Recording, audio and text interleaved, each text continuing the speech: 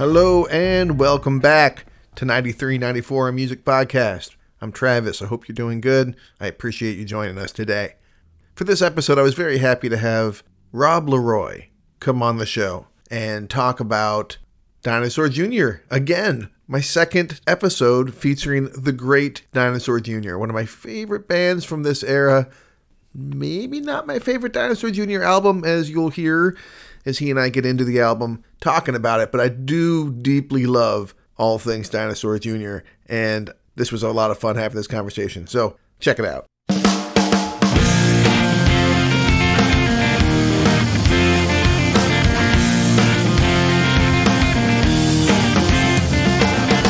I know I've been melting your mind. You could use a break.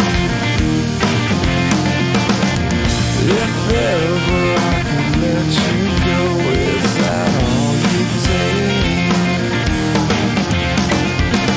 It's not often you soften up enough to smile. I'm damaged, I'm sandwiching you for a while. Tomorrow is the last event that could mean a thing. Forget what you thought you meant, baby, what you Hey, how you doing? Good, man. What about you? Good. Nice to meet you. Nice to meet you finally, yeah. Welcome to the show. Thank you for doing it. I usually start the show talking about how me and the guest know one another if we know one another, but you and I don't know one another. We both know Dustin Lintz. So how do you know Dustin Lintz? Been playing a lot of music in the Detroit scene. He's booked a lot of shows for me. I've played some music with him. And it's been like a decade or something like that at this point. Okay, yeah, that's pretty much what I would have guessed if I had to write down in advance how you knew him. It would have been through the local scene for sure. That's how I know him too. And he's always been a guy that makes connections happen, that kind of stuff. So I appreciate you responding to his cajoling to get you on the show. Yeah, no. We're talking today about which album? We are talking about Without a Sound by Dinosaur Jr.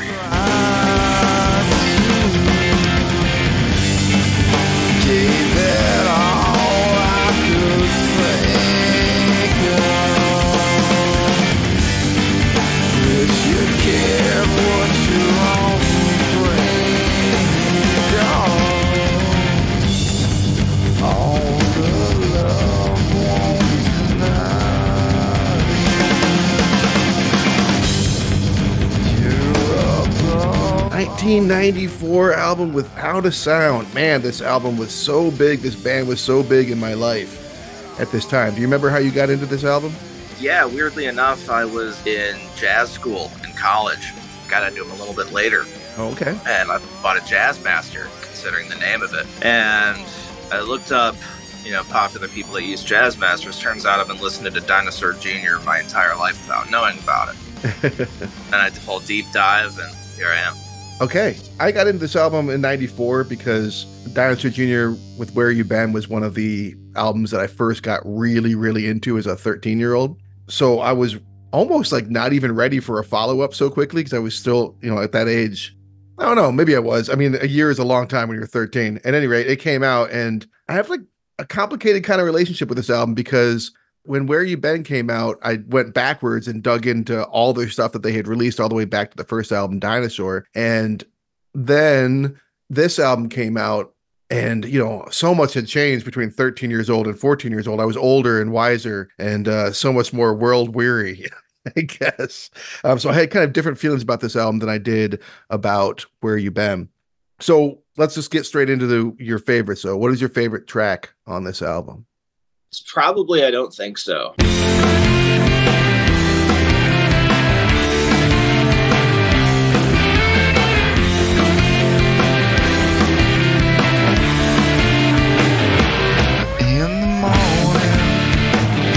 It's the last time that I saw her face in that special way to me.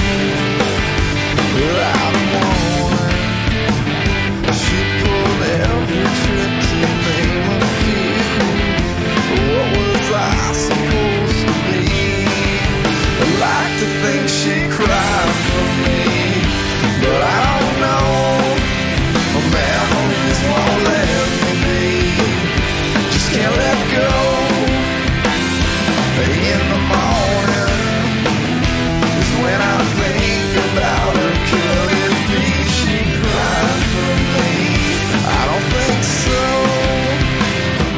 it's a lot different than a lot of Dinosaur Jr. tracks, but I think it helps the album flow a little bit more and kind of shows Jay's maturing songwriting, which sounds weird talking about Jay Mascis, but you know what I mean?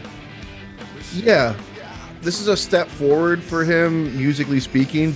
And that was one of the reasons I had a complicated relationship with this album. I got into this band when Mike Johnson was the brand new bass player and they had, kicked out Lou Barlow or he had left or whatever. And I was fine with that. But then a year later, when Murph is not on this album, I was all angry about it. I don't know why. I don't know Murph. It bothered me as a kid. But this is a different kind of album for him because he's doing so much himself. And we got it right here in front of me, actually. And man, talk about bad design. Like, I'm trying to look at the song titles on the back of the cassette and it's all so dark, can't fucking read it at all. But yeah, I don't think so. It's an interesting follow-up to Feel the Pain because Feel the Pain is as accessible a song as they probably ever wrote, and then I Don't Think So feels more like an experiment. It feels more like you say, like a maturation of sorts, like he's doing something that he hadn't really done before. Yeah, I mean, the way I see I Don't Think So is, in my opinion, I think it's pretty accessible, but I mean, also I listen to some crazy ass music, but sure. For the general public, I feel like that's almost an experiment on its own of Jay trying to meld, a lot of the, what did they say, ear splitting country guitar, but trying to make it more pop, but still kind of keeping his edge. I mean, you have a lot of artists that do that unsuccessfully, but I think he really pulled it off in this album. Yeah. On the other hand, I also feel like some of the stuff that's happened in this album to me feels a lot like what he'd done before, which is partly why I had a problem with it as a kid. I felt like he had started to kind of repeat himself a little bit. Like when I listen to this album, even still, I hear Thumb, which is like my favorite Dinosaur Jr. song, over and over again. Like he gets through some part and I'm ready to start singing, "It never really is a good time," but it's a different song altogether, You're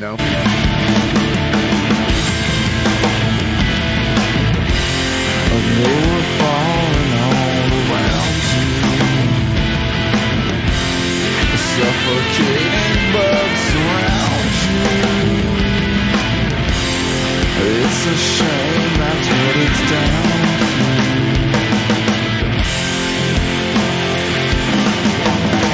to. So I think that maybe it was good for him to have Lou and Murph kind of weighing on him a little bit, but also this is a weird time in his life. I know he wrote this like right after his father died. He was like going through some shit. Yeah, that really got me into this album too. I mean, I wasn't super into it when I first started listening to it. Kind of like you. I mean, it didn't have the core band. I was for some reason loyal to those two dudes. And writing and producing it right around the time, his dad passed. And, I lost my pops pretty early too. And I went back through it and listened to that with it in mind. And it's a total different experience just going in there knowing that's what the album is about. Yeah, I didn't know that until recently doing some reading up on it. And there's a lot of melancholy to this album. There's some slower jams to it. Like my favorite song of this album is one of the slowest jams that the dude ever did. Out of Hand is my favorite track.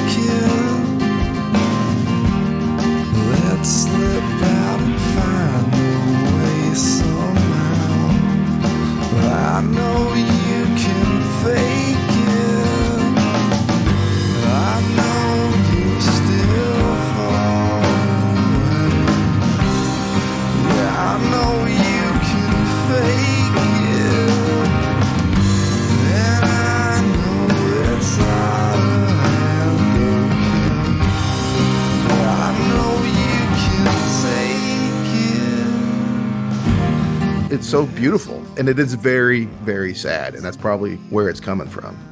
I mean, people think about Jay's, electric guitar, shred work, but I mean, his acoustic skills and writing. I mean, one of the songs, man, it's not in this album, but it's Several Shades of Why. And if anyone that's listening hasn't heard it, go now, take a look if you like any of Jay's acoustic stuff, because I mean, I could just go and talk about, Jay's acoustic albums all day. But I mean, I get that. Yeah, I feel like that was kind of like the stepping stone for a lot of his other stuff. Yeah, despite the fact that Murph and Lou are no longer in the band, which kind of suggests some control issues. Also in Out of Hand, he's letting Mike Johnson solo on acoustic in there, which is pretty cool. And yeah, it is cool to get him doing acoustic stuff. This is right around the time he released Martin and Me, which is epic. I love that album. So classic.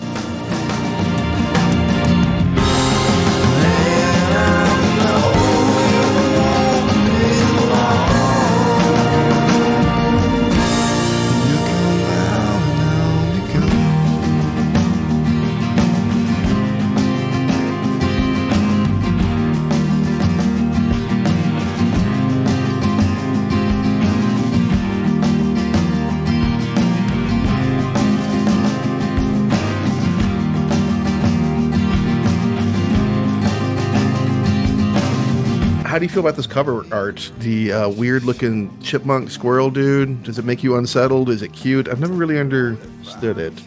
Yeah, it always looked to me like a rejected Magic the Gathering card. That's good. Yeah. Well, then how about from the other side of things? Is there a least favorite track or a weakest track? Something that sticks out in this album that maybe doesn't quite hold up for you? I'm not a big grab it guy. I feel like it could have just been copy and pasted, in my opinion. Mm-hmm. Not to say that I don't like the track. It didn't really get me the way some of the other ones did. Just kind of seemed like generic Dinosaur Jr., which again isn't too bad, but it's not really my thing. I think that's a great point. I really do love that song, but because I love Dinosaur Jr. So for it to kind of feel a little bit generic, and I think that's kind of what's going on with this album a little bit. Not generic, but just tried and true Dinosaur Jr. stuff. What else you got? You won't tell the truth until you're gone. I'll be in your room. You'll be coming soon. I'll be gone all day. Grabbing, that's your way. But Grab It to me is also funny because it's a really good example of that. And yeah, right. They're really good examples of the weird way that he names songs. Also seem like the thing to do. Like he'll have like a line that he'll repeat throughout a song the whole time. Then he'll have some other line that he just kind of throws off like in yeah, right. Like, yeah, right. Just kind of like under his breath, right? And then it's like, okay, I'm going to make that the name of the song, despite the fact that you're hearing him say this other line or these other lyrics through the whole thing with Grab It and that kind of stuff. It's just like, it's like he closes his eyes and points at his lyric sheet and goes, okay, those two words. I feel like this track is like if You're Living All Over Me was recorded when Pro Tools existed. Oh, wow. Okay. Yeah, I could see that a little bit. I mean, it's fuzzier, it's rougher, but it's also highly polished. Yeah, the whole album just seems so highly polished, and that's kind of what turned me off of it in comparison to other highly polished albums like Beyond. It still kept some of the character versus, like, I feel like this album was almost recorded for MTV sometimes. I think you're really nailing it. I'm not sure I could have verbalized that until you just said it, but I think that was kind of the issue that I always had with it too. Even as a kid, like, since I had gone back, I was listening to, Bug and that kind of stuff. I was listening to all this really rough stuff, and then this comes in. I'm not an audio guy, so I'm not sure, but I looked on Wikipedia, and I feel like it had like 10 or 11 assistant engineers or something. There's a lot of hands on here in terms of recording, while there's very few people actually making the music. Yeah, the production of this album is pretty interesting. I've got a couple of friends that are audio engineers, and I'm producing my own album right now, actually, in my studio. Awesome. When they were kind of talking about that too, it's like they made it to chart. Okay. Yeah. Kind of. Right? Like they were aware of the success that they were coming off of with Where You Been. And that was the first major label album. And so he's probably got this. Is it Geffen? Is it DGC? I can't remember. Yeah, something like that. Yeah. They're behind him, kind of pushing him. Sire. They're on Sire Records. That kind of comes across, which brings me to my least favorite song on the album, which has always been my least favorite Dinosaur Jr. song, which is Feel the Pain.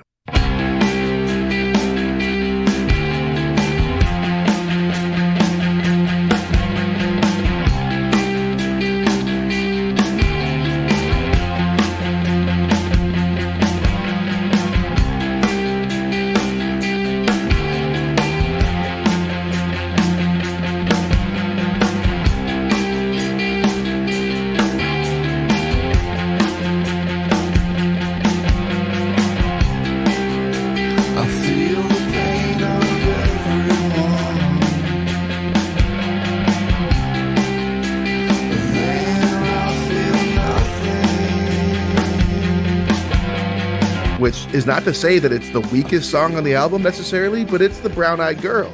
It's the Hey Jude. It's the one that like you hear all the time. You're like, oh, okay, this one again. Yeah, I mean, it's, I'll tell you, I have Spotify with my wife, and the algorithm just fucking shoves that thing down my throat. I feel like if you've ever listened to Dinosaur Jr. in your entire life, this is the only song you have to listen fucking hear.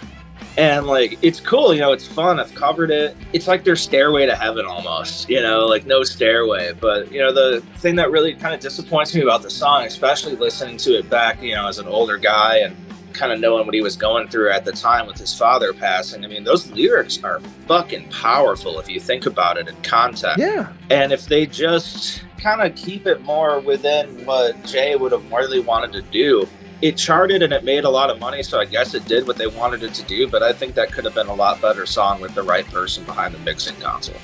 And I think it also backs up your point about MTV, because the video for this song was huge because it was a fun kind of goofy video. I feel like it was Spike Jonze. It certainly had like a very appealing, fun kind of thing going on with him golfing around the city and all that kind of stuff. And it got a lot of airplay on MTV. Yeah. And so as a kid, as a 14-year-old who's very concerned about posers, you know, never mind the fact that I myself had gotten to this band a year before and had laughed at his voice when I first heard it.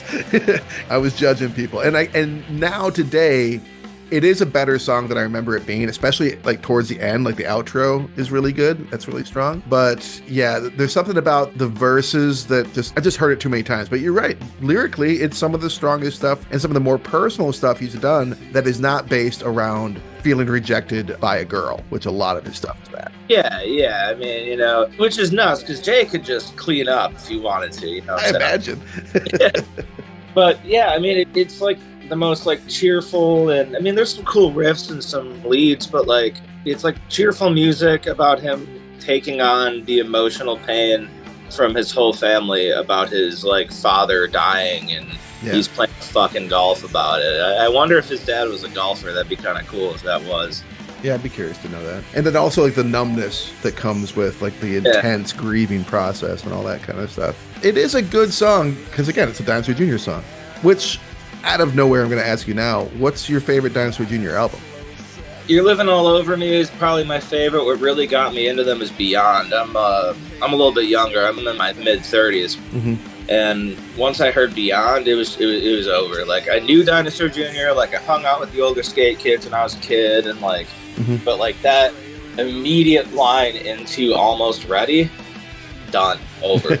Yeah, it is a great album and a great return to form because they had been done for so long. I remember when that came out being really excited about it. My favorite album is still Where You Been because that's the one that I got into, and then probably Green Mind. But Farm, as far as new stuff, I would put Farm right up there with some of the best albums that they ever did because they did kind of get out of the rut, I feel like, a little bit around this time, which, again, I love the Mike Johnson years because that's when I got into him. But they got into a little bit of a rut of kind of relying on tried and true songwriting that they were used to. Yeah. What about, let's go back into some positives. What is the most underrated song in this album for you? I like Get Out of This.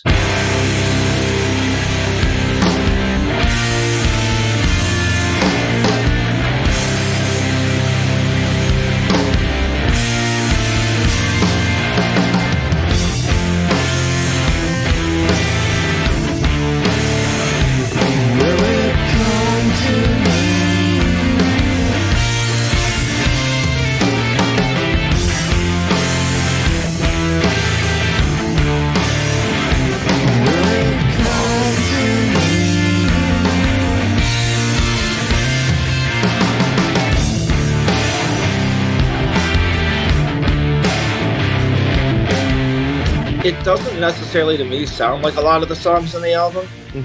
I like a lot of the lyrical content, the melody. It's slightly different enough to keep it interesting while still being on a Dinosaur Jr. album. You know, I mean, like it's like slight tweaks. This album, you know, Jay's obviously known for his love of jazz masters. Starting on this album, I believe, or the album before, and continuing until now, he doesn't record with jazz masters in the studio. He only uses Telecasters and guitars with P90s. I did not know that. I'm an audio nerd. I do all the music stuff and, you know, all that stuff that doesn't really progress you in life, but you love it anyway. Hobbies. You can hear that a little bit, especially in that track and this whole album, because it just sounds so much different. The production-wise as well, but also the equipment and production techniques they use. Instead of the old Jazz Master into Ram's Head Big Muff into 800 Marshall stacks, it was a lot more dialed in, you know, smaller amps, different types of effects, layering effects. You have 15 production assistants on the album or whatever. Yeah, you definitely have revealed yourself as a tech head. There's two kinds of musicians, right? There's like the people that feel it, which has always been me. I've never learned how to like read music or anything like that. And then there's people that are like, they know the ins and outs of like the whole audio recording process and all that kind of stuff and the gear. And that seems like, yeah, you said nerd. Yeah, which the weirdest part is that like I had to learn all of that stuff because I've always been someone that just kind of feels music. I mean, sight reading music in school was just, I still can't do it. There's no reason for me to do it, so I don't. Yeah, it's like cursive. It's just like I'm so DIY with pretty much everything I do that if I'm going to do something, like I have to learn all of it. Like, I mean, I built a studio in my basement here. I didn't know what the fuck I was doing. I had to just keep like asking people and wasting time at work, going online, learning things. That's how you do it, right? Try and fail and then learn from the failures. That's good. Hey. I'd have to say that my underrated song in this album is Mind Glow.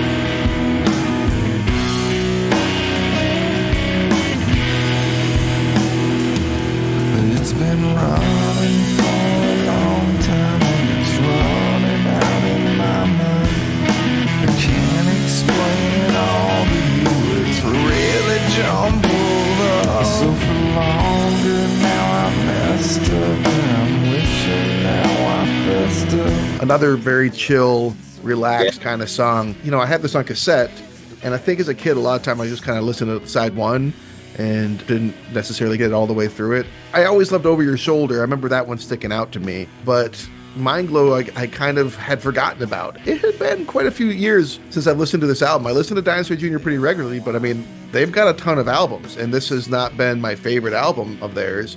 So it really had been a while, so I was glad you chose it.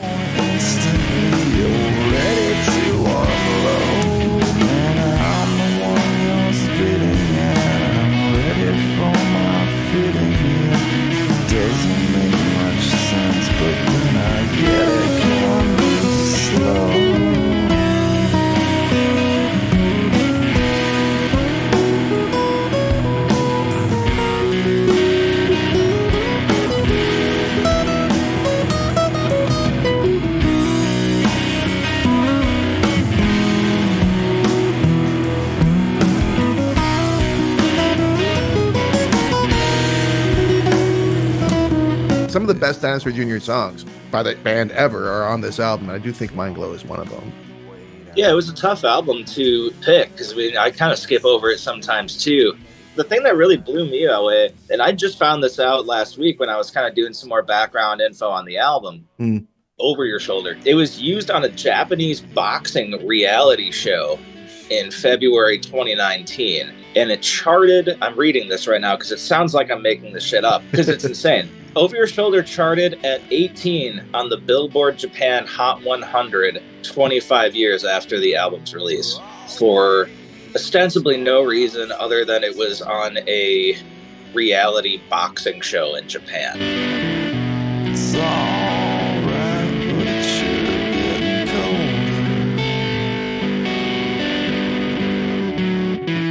I know you're over my shoulder.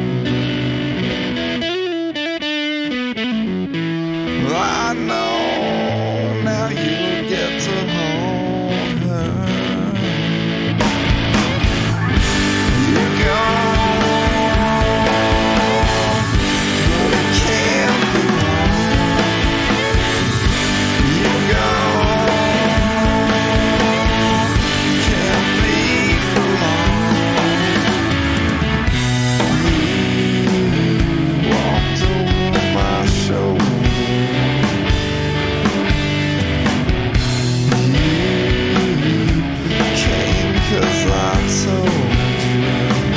you listen to the song and it's very slow and quiet. You know, it's not something I can imagine people beating each other up to.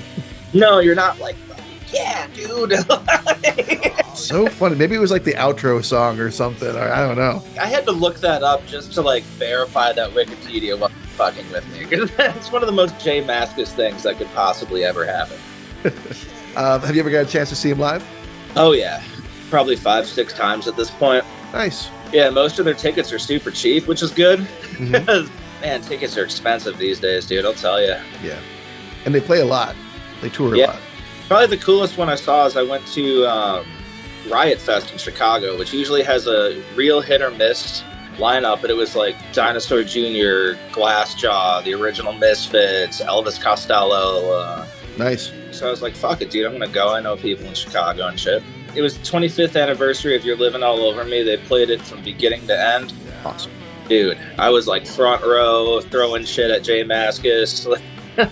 He doesn't like that. One of the first times I ever saw them live, or one of the first bands I ever saw live, was them. Like, Where Your Band came out and I got obsessed with them. I was like wearing purple and shit all the time, 13. And then I went and saw him live, and Jay was curmudgeonly at best, mostly because he didn't like the fact that people kept throwing stuff at him, particularly a shoe that hit him in the head, which I wouldn't like either, but he was very grumpy the whole time. That's pretty fair. Yeah, he's entitled to not want things thrown at him. I think the coolest part about that show, and I know it has nothing to do with the album that we're talking about, but I was never a huge fan of Pennywise, but they were playing on the stage, like, literally right next to him. So as Pennywise was wrapping up their set, Jay just started soloing at full volume along with them to their songs. That's cool. That's cool. That's like a mashup. Never would have guessed.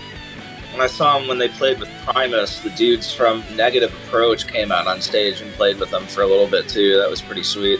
He seems kind of collaborative, despite the fact that we're talking about an album in his career where he was almost just like, it's just me, and a little bit of Mike. As he's gotten older, he seems a lot more collaborative, especially lately. He does like these cruises and stuff where he like plays with Bob Mould and like whoever else and all that kind of stuff. I mean, they're like Dinosaur Jr. gigs, but they're doing more stuff with other people. Not that I've seen them. I can't, however inexpensive their shows are, I can't afford a cruise just to see Dinosaur Jr. I mean, he seems happier these days. He does. In my opinion, he's finally getting a lot of the recognition that he deserves. I mean, you can't go anywhere without tripping into a J Mascis signature something. Yeah, I think you make a good point. He's definitely kind of become, at this point, pretty well known. It also makes me wonder if he's more accepted into like the mainstream at this point, which I think he has been. Why do I never hear Dinosaur Jr. songs in movies? I hear Out of Hand and I think to myself, this is something that would work great as like the emotional climax to a movie. A lot of his songs would, just not even from just this album. There's always this pathos that's like injected into his stuff that I think would work really well in cinema, but I can hardly think of any time. I mean, I can think of like 1 or 2 movies where I've heard a Dinosaur Jr. song and it's like in the background, it's not like upfront kind of thing. I wonder if that's by design. I mean, I don't hear it on any commercials or anything either. Not that I can remember. I mean, not a lot of commercial stuff has been used. Yeah, maybe. You're right. He doesn't strike me as the kind of guy that like wants to use, Feel the Pain to sell Reese's peanut butter or whatever. But I do think he's got some movie connections. I mean, well, not necessarily connections. I remember he was in the movie Gas Food Lodging back in the day. And I was like, I watched the movie just because I heard that he was in it. He has like one line and he's not a very good actor.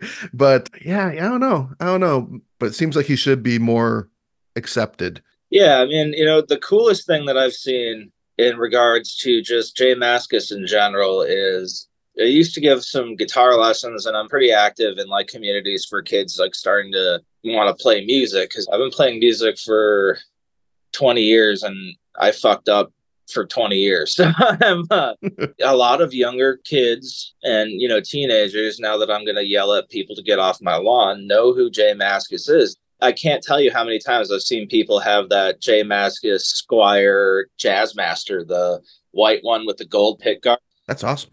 Everywhere, dude. It's an awesome guitar to start off with. I mean, I feel like, I don't know really how, but, he's influencing a new generation of guitar players. And maybe that's partly what's given him that kind of late career kick, is that he's always been a virtuoso. He's always been a head above the rest. People talk about Billy Corgan and layered guitar tracks on Smashing Pumpkin stuff. And then you listen to this album and it's like, you want to hear a sonic wall. And it's not just like a dense wall of noise. It's this intricate, involved, complex riffs and all this kind of stuff going on, and like the guitar talking to each other, and like it's all him, or a lot of it's him, most of it's him, you know. So maybe that's kind of what's starting to happen, is that new generations are being introduced probably by people like you, particularly if they're very musically minded and not casually getting into a band, but like, I'm trying to like discover guitarists kind of attitude. Yeah, and it's cool to start seeing that again. I mean, you know, when you and I grew up, I mean, we didn't have the internet. We had to go find tapes or CDs in the clearance section to find cool new, you know, artists. Yeah. And it's awesome to see people go out and search for music again. Because, I mean, the internet is great because it makes that easier, but it also oversaturates you. Yeah. It's crazy. This kid down, you know, a couple blocks away from me, he was like, "Hey man, do you have any old CDs I could have?" I'm like, "Yeah, man, here you go." Yeah, put them in your PlayStation or whatever you can use to play them. I'm like, "What are you even gonna do with these, dude?" That was really funny. I had a thought that kind of popped up. I probably should have remembered this earlier, but you know, one of the things that makes this album a little too polished and not my favorite Dinosaur Jr. album is it's really missing a lot of that Lou Barlow grindy bass, playing it almost like a second guitar. Yeah, so I mean, do you prefer the Barlow years or the Johnson years? They're just their own thing, really. Yeah. You know, like... Yeah. Especially since Barlow left and came back, there's like two Barlow eras. Mike Johnson's a lot more of a straightforward bass player, right? It's a lot cleaner and clearer and supportive, as opposed to like, you know, we're a three-piece and I'm going to stand out and do my own thing. He's doing a lot more of support, I think, for what Mascis is doing, which is maybe partly why Mascis liked him. Yeah, and the bass doesn't really come through as far as production goes. For all of what's going on, I mean, you can hear it, but it's not thick. It doesn't like resonate through the tracks. Yeah, and that's what a good bass player should do, you know? I mean, liked about Lou is he almost kind of plays and approaches bass almost like Jay does with chords and stuff. Mm-hmm. Like, you have like a chord and then he'll do like other stuff on top of it. So like Lou will have that bass note and then do like a chord, so it sounds like there's a rhythm guitarist or something in the background. Mm-hmm. It was unique and it was cool. I think it would definitely be out of place on this album. It would have been cool to kind of hear what they would have done in this headspace together, but I also think that, you know, Mike Johnson's backing vocals are really subtle, and then they have this woman come on. I don't know who she is, but her name's Talia Zedek or Zedika. She does some pretty strong supporting backing vocals, and then I'm trying to imagine Lou in here like screaming over Mind Glow, and it just wouldn't really work. Which he learned how to restrain himself some as he's gotten older. It's not as much screaming and stuff, which I like screaming. I screamed in bands for years. I like screaming music, but I mean, I think that this stuff at this point in their career, it was for the best for Barlow to not be there, and I think it was for the best for him to come back too. And that helped him get clean too, which I'm always a fan of people working on themselves. I mean, yeah, Dinosaur Jr. is not a drug band. I'm fairly confident that Jay has been straight edge this whole time. You can correct me if I'm wrong. I don't know. He strikes me like it seems kind of like stoner rock a little bit to me, but I couldn't imagine, you know, hard drugs. Yeah, I know he was like for a while back then. I mean, I could see him like maybe cracking open a few cold ones and smoking a joint. I don't think Jay Mascis is railing lines of cocaine backstage before he goes on stage. I think you're right. Again, that might attribute to the staying power that he's had as a musician. He seems like he's going just fine. Yeah, he's not even skipping a beat. Lou left and did some music that's not really my favorite. I'm not a big Folk Implosion guy. Sabado's okay. I like Sebado quite a bit, but Folk Implosion, well, I like Folk Implosion too, but I've never, it's not Dinosaur Jr. Neither of those bands are, at least for me. I don't know how this popped up, but I got a mini Sebado record. And on the front of it is the Canadian flag with a pot leaf in it. And on the back is just Bubbles from Trailer Park Boys. And okay. The sign with the pot leaf, they're covering a Rush song, Limelight. And on the Bubbles side, they somehow have a recording of like 30 seconds from an episode of that guy just talking. It's one of the coolest things I own. That's very cool. But speaking of albums, you say you're producing your own, you're working on your own. Tell us about it, please. Yeah, thanks, man. We're a band called Dharma. We're a 4-piece. Band's been around since 2010. When I moved back from Grand Rapids in 2014, we started it here. Mm-hmm. All members. We've got a couple, demos out on Spotify and everything like that, but we're releasing our first full length probably in the next few months. I'm doing all of it myself, I've got all like the mixers and tape machines. I'm kind of trying to take like a analog approach to it. Very cool. We've got a music video out on YouTube. It's our single Asparde. And is that Dharma, Dharma? Yep. Okay. Yep. Cool. Well, congratulations on that, man. That sounds like it's been a labor of love, and you're making it happen. That's exciting. Yeah. The hardest thing is mixing and producing, not like a guitar player. Mm-hmm. So all the other instruments in, and I'm trying not to be a perfectionist about it. Just kind of let it flow. But I swear to God, if I have to listen to another snare drum for 5 hours. Seems like a tedious task. Like I took 4 months off to just completely reset my ears. I'm finally coming back in and just finishing it on up. So it should be out soon. All right. We'll keep an ear out for that. So I always end my shows talking about some other random question that has nothing to do with what we're talking about. And I thought for this episode, I would discuss with you beverages that are specific to the 1990s that you can no longer get. And you tell me, I don't know, give me your top 3. I'm going to give you a list of a few beverages from back in the day, stuff that's discontinued, like Surge in 1997. Remember Surge? It was like Mountain Dew for, how can I put this? Trashier people, I guess. That's an option. There was Orbits from 1996. That was that weird kind of like water, but had like floating colored. Oh, remember that? Weird balls of color in there. Real gross. Okay, and you're a little bit younger than me, so you might not remember all of these. Crystal Pepsi. I'm sure you're aware of Crystal Pepsi. That was 1992, but they did bring that back. Did you ever get a chance to try that trash? Yep, unfortunately. Yeah, it's like drinking corn syrup. Yeah. Not good. They fucked that up. They did. Squeeze-Its. Remember Squeeze-Its? They were around in 1985, but they were big in the 90s. They were like those plastic bottles that look like cola bottles, but they're plastic, and then you literally squeeze them, and then there'd be like fruit juice inside. Oh yeah, dude. Yeah. Big for kids. Top on it. Yeah. Yeah, they had like that weird kind of like top. You had like twirl, like twist the top to get it to open. Yeah. Those things were like fun and tasted, who knows? I don't know, but Yeah, I was a no kid. They looked cool and they were fun, so that's what really mattered. Along the same lines was Ecto Cooler. Did you ever get High C Ecto Cooler in your life? I never had one. I saw them though.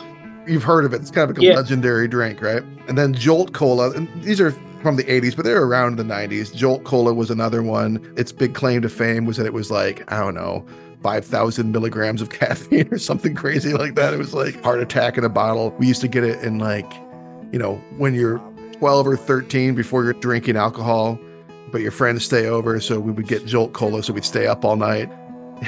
Oh yeah. And then Josta from 1995 was I think it was Pepsi that made it. It had this weird panther on it.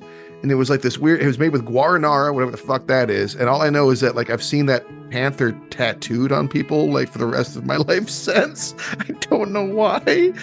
I swear to God, it's the Josta Panther. And then Coke 2 was in 1990. So if you had to try one of these again, you're forced to, not like you get to. You have to drink one of these beverages. Which one are you going to go with? Surge, Orbits, Crystal Pepsi, Jolt Cola, Ecto Cooler, Squeeze-It, or Josta? Well, I was never allowed to get Josta because it was too suggested. I think my mom thought I would die if I drank it, and she was probably right. I would definitely have to give that one a go.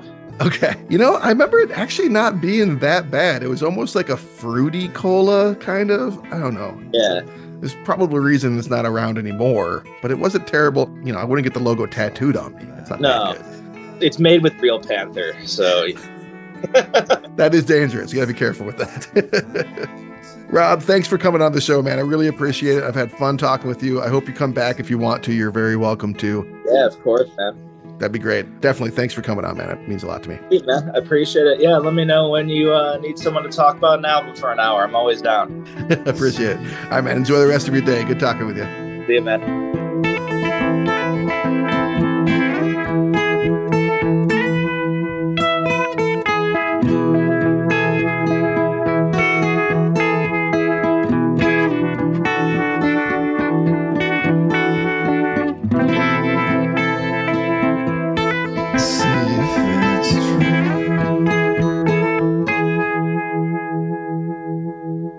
A big thank you to Rob LeRoy for coming on the show. His love for Dinosaur Jr. is palpable. His appreciation is seemingly more grounded in the technique of what Maskus is doing, whereas some of us just kind of let the noise wash over us, which is kind of how I roll. Ordinarily at this point in the show is where I try and get people to come on and talk about another album. Instead, I'm going to plug his band, Dharma. Here they are.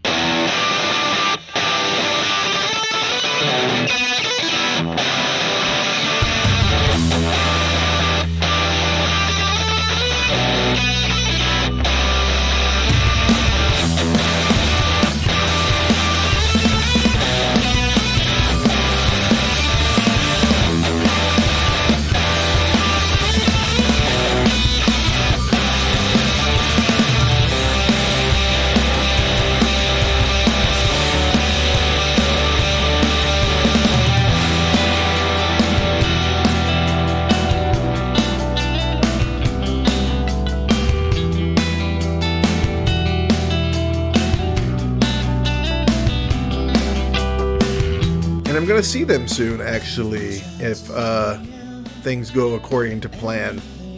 Friend of the show and friend of me and Rob, Dustin Lintz, is going to start hosting a local emo night here in the Detroit area. And Rob's band Dharma is going to play the first one on Dustin's birthday soon, so I'll be checking that out. So if you're in the area, check out Dharma, check out what Dustin Lintz is doing at, I don't know, somewhere in Ferndale. So if you're a regular listener and are up for it, you're always welcome on the show, or maybe you know someone who would be a good fit for the show. Let them know about the show. Maybe that'd be cool. I do ask that maybe you could rate the show, review the show. It's actually been a long time since I've had any of those, and just clicking a button will be really appreciated on your Spotify feed or Apple Podcast feed or whatever it is that you do. Writing a review is a lot to ask, I understand, but if you could do that, that would be great too. And that's it. Yeah, that's all I got to say. Dinosaur Jr., it is a beautiful album. It's always going to be a part of me, so I'm stuck with it whether I like it or not, but luckily I do, very much. And it was good to dig back into it and spend time with it. And it was good to spend time with you, so thanks for listening. Take care of yourselves. Take care of each other.